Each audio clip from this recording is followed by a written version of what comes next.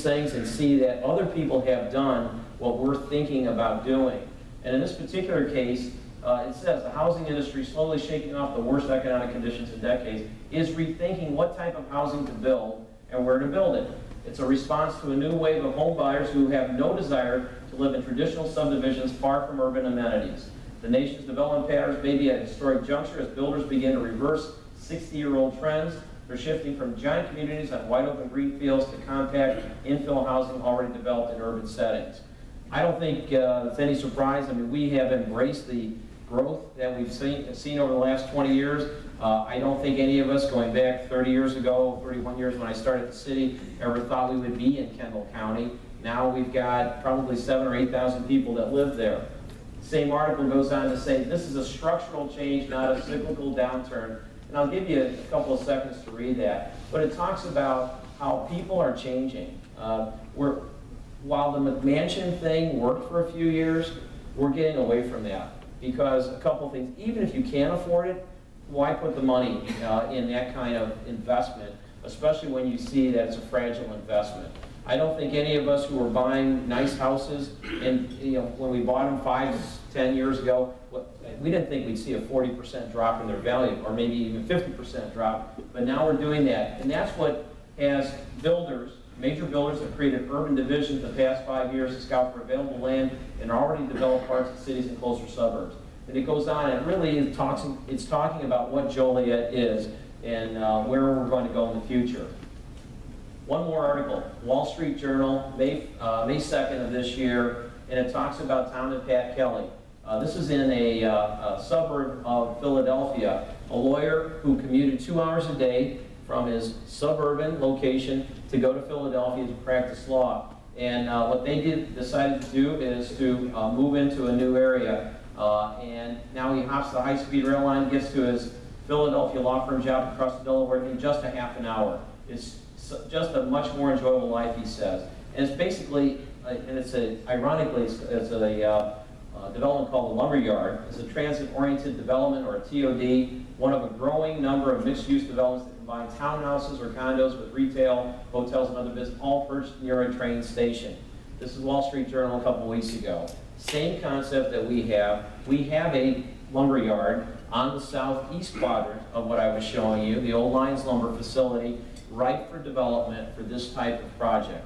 And I know you're looking at me saying, who would buy a house there? And I think going back 5 years ago, people in Philadelphia would have said the same thing. So that's why I think this is an exercise in some faith, but also looking at trends of what's going on in other communities. And again, cities are in the game right now. We are behind where other cities are, and we're trying to get caught up. And part of it is pulling in key assets to try to make this opportunity like that work around the train stations. Where do we go from here? I'm going to wrap up now and give you some bullet points. Number one, get some help. And I don't mean just me, I mean all of us.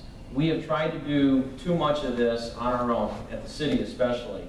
And I know some of you in your own businesses. We need a coordinated effort with the right players in the right position to make it happen. And we've not been able to do that in the last 20 or 30 years, or even probably even 40 when downtown started declining. And I think right now is the time, I'm looking at you, for all of you to step up and be counted on this. This is not a City of Joliet downtown. This is your downtown. We don't own it. Some of you own pieces of it, but we all own it collectively. And that's why I'm encouraging you to be part of the solution and don't sit on the sidelines.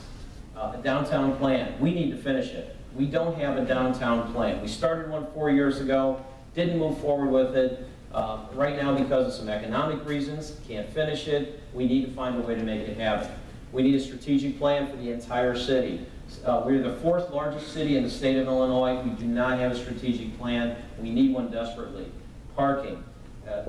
Everything's right with parking, right, in downtown Joliet? No complaints? All right, that's good. We are looking at long-term solutions to parking, working with a private parking company that has given us some proposals about automation, about efficiencies, way to make the business run better. We at City Hall just haven't quite figured out how to run it. And that's why we've engaged some people from the outside to help us. And especially with automation, we all know when we go to Chicago, it's so much easier to park. Well, it's not easier to park. It is more efficient to park now than the old way of stopping and getting the ticket and all that. There's a lot of efficiencies that can be built into our system. The viaducts, the creepiest part of downtown Joliet, correct? Anybody disagree? We have to fix that. And I see Chuck Smith, who's with the night engineering team, who we've engaged to help us with this project. I've told Chuck his fee is dependent upon a viaduct solution. And they will probably put a couple $1 million worth of work into this. I won't pay them unless they have a solution for the viaducts. We cannot continue asking people to come to downtown Joliet and have to either drive or walk under the viaducts as they exist. I get calls, believe it or not, from people who are summoned for jury duty, and they will call me and say, hey, we like your downtown, but it is the worst experience in the world walking that, whatever it is, 60 feet underneath the tracks. Joliet Junior College project, we already talked about that. That is a game changer. That is 400 to 500 students coming to downtown Joliet every single day. It will be a parking problem. You may have to wait in line to get a sandwich in downtown Joliet. Those are good problems that we will try to fix. Government buildings, including a new courthouse. Talked about it already. We have to keep the county downtown. We have to find a way to engage the federal government to stay downtown. We're working on a project right now on bringing the bankruptcy court to City Hall, and because we're on the verge of losing that opportunity, so we think we've got that. One of the key elements of a successful downtown, and think about it, if you've been to quality downtowns, what do they all have? They've got a high-end hotel with a conference center. We desperately need to have that. We need to reserve land for that right now. There are a couple of different options, particularly by Union Station. There will always be an opportunity there, but there's some other areas we need to look at. And then privately owned buildings, working with the owners, trying to get them convinced that if they're not going to rehab their buildings, get out there and market it. We need to get them out. Look at my fellow attorneys in Joliet, what they've done. And they've done good things. The Spasias, the old Hirschbach firm, that's Tracy Johnson, Roy Sabuco and his partners, Bill Phelan and his partners, the list goes on and on and on. When I started practicing law in Joliet in 1981, we were all downtown. We all met at the Chandelier Room in the basement of the Rialto for lunch every day. And, but we've had so many law firms leave downtown Joliet. And I know they like to own their building, and the reason for that is they don't want to have a stack of rental receipts. They wanted to own their own buildings, and unfortunately, there wasn't quality space in downtown that they could buy or that they could get as part of a condo. And I think you saw a lot of them leave, and unfortunately, it's cost us a lot of people. Chicago Street. We are working with Larry and his staff on opening up Chicago Street by the courthouse. That is a key link to opening up downtown. We all have to go through the maze. Fortunately, we know how to get around. Most visitors do not. They're getting off of Chicago Street, coming north, if they're getting off of I-80, going onto Chicago Street. You get to the T intersection at the courthouse, the moment of truth. Do I go left or right? If you're in the right lane, I got to turn left. Now what do? I get to play chicken or Frogger, and you try to find a way to make some sense out of it. Opening up Chicago Street does. Every key asset we have in downtown Joliet you can get to from Chicago Street. If you can just open up that one little block, whether it's Harris, the ballpark, the banks, the county, the list goes on and on. That is the way to get to downtown Joliet. Restaurant Row. We are desperately in need of quality restaurants. And I'm not talking high-end white tablecloth. I'm talking about a big plate of food where I can stuff myself like I usually like to do, but something good in downtown Joliet, and looking at that Chicago Street corridor as the place. The town square we've talked about. Cultural Arts Commission.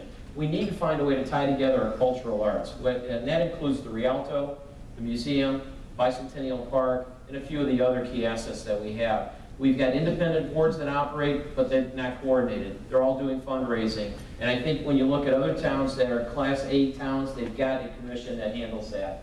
Silver Cross Field, we're always looking for a way to make things better at Silver Cross Field, and I think you're going to see good things happening with the team this year as they get their feet on the ground after their second season.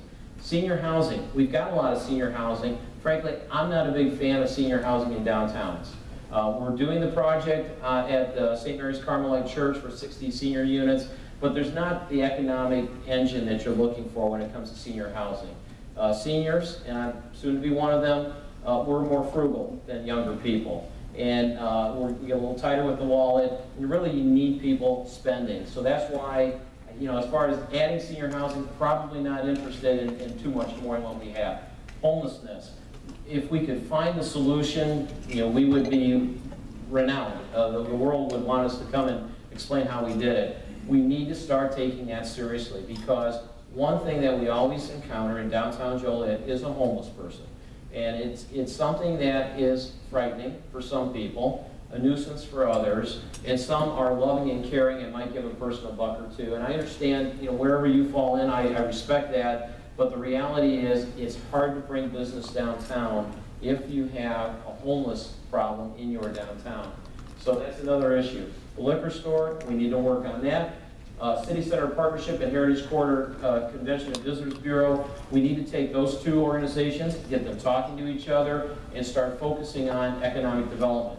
They do, especially the City Center Partnership does a nice job with festivals and parades and farmers market and things like that, but we need to focus on economic development and bringing in business and offices into downtown. Now, I want you to be cheerleaders for the city. Oops, I guess she's got the sign upside down. Scott, I didn't know that's hard to believe, isn't it? That she not figured that out. But I think we all need to be cheerleaders for our downtown. And I think it's a matter of having a better attitude about downtown. I know there's a lot of negativity in the community, and we at the city kind of hit our heads on the wall trying to figure out, how do we save it, how do we turn it around? And I think part of it is you becoming more engaged in it, whether it's supporting events or actually looking at business solutions in your worlds, whether you're bankers, you're lawyers, you're insurance people, or social service agencies, finding ways to become more engaged in downtown Joliet. So that's part of you becoming cheerleaders. I do want to thank you very much for the opportunity to speak to you today about a passion I have, that's downtown Joliet. I'd be happy to answer any questions that you have.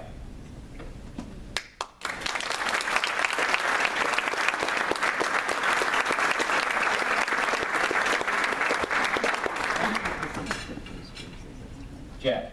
One question on the question of parking. I know the problem of paying bond issues is what you can't get around.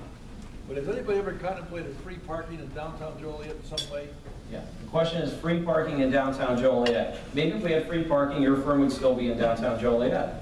Well, no, because the county bought our building out from under us, but maybe we would have. Well, yeah, with this firm that we're working with, we are not discounting the opportunity for free parking. And there are a lot of towns that have free parking, and it works well. We always talk about Naperville, free parking, right? Hard to find parking though, right? Because it's such a vibrant, robust downtown, and I'm very familiar with how that happened. And it's something that we are looking at. I think part of the problem is making sure the business people don't hijack all the spaces and sit there all day in those spaces. And that's the hard part about it. So we certainly will, that is still something that we're considering. The nice part is the decks are paid for. The problem is they need a serious upgrade, both automation and appearance. And to do that, it's going to take some money, and to do that, you need to have some revenue. Other questions or comments? Otherwise, I'll see my group right here back at work then in about 15 minutes. We're going to work on downtown stuff, and we're going to wait for your calls. It'll be like a telethon this afternoon. Call us and tell us your good ideas. So thank you very much.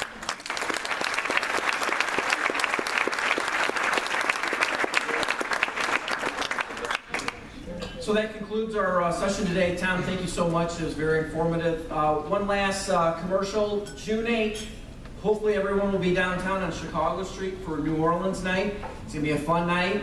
Bands, food, and maybe some drinking. So hopefully you guys can make it. If you need tickets, see a member of the Joliet Chamber staff, and we'd be more than happy to sell you a ticket. It's only $5 to get in the front door. Some of the proceeds will be going to United Way. So it's a great cause, and it's going to be a fun night in downtown Joliet on Chicago Street.